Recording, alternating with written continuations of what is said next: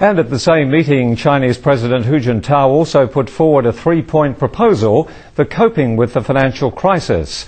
First, he calls on all countries to enhance macroeconomic policy coordination, employ all necessary fiscal and monetary means to bring stability to the global financial markets and to stimulate economic growth.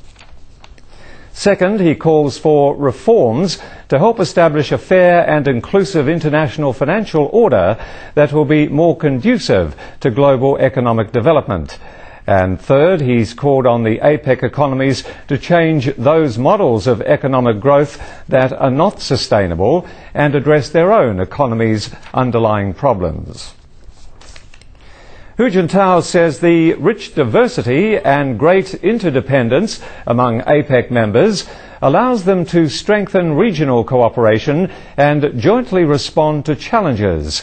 He has also called for more united efforts to ensure the sustained economic development of the Asia-Pacific region. Liu Yanhua has more.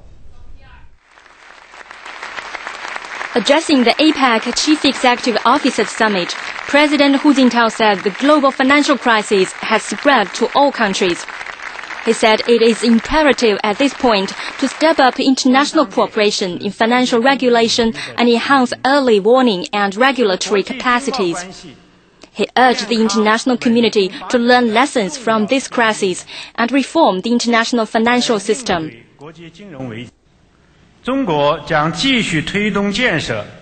China will continue to promote the building of a sustainable international economic system, an inclusive and orderly international financial system, a just and equitable international trading regime, and a fair and effective global development system. Hu Jintao also urged APEC's business community to play an important role in tackling the crisis. While trying to maximize returns through market operations, enterprises should adopt a responsible attitude, pursue mutual benefits and complementarity, bear in mind the need to maintain overall economic stability and avoid risks.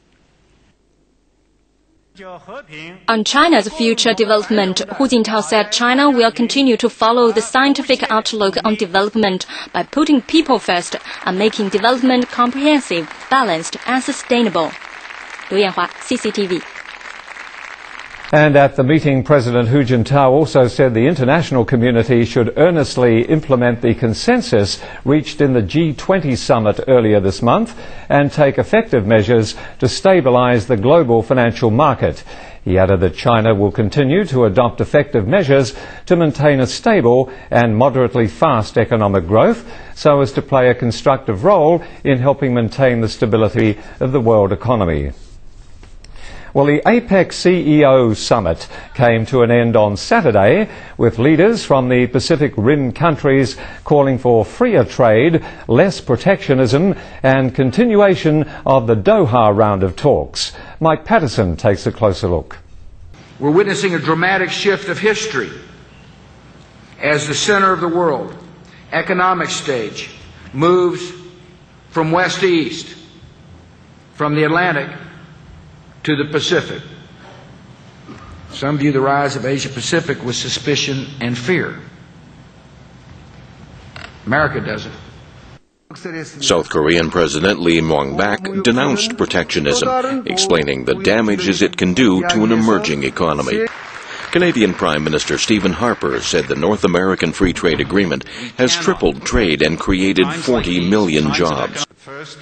Negotiations on concluding the World Trade Organization's Doha round of global trade talks began 7 years ago, but those negotiations have met a number of setbacks that kept the talks from ending successfully. Mike Patterson, CCTV.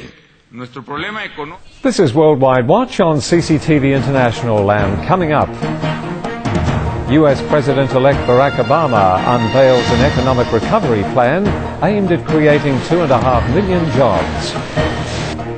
And Mahmoud Abbas says obstacles imposed by Israel are hindering economic growth in the Palestinian territories.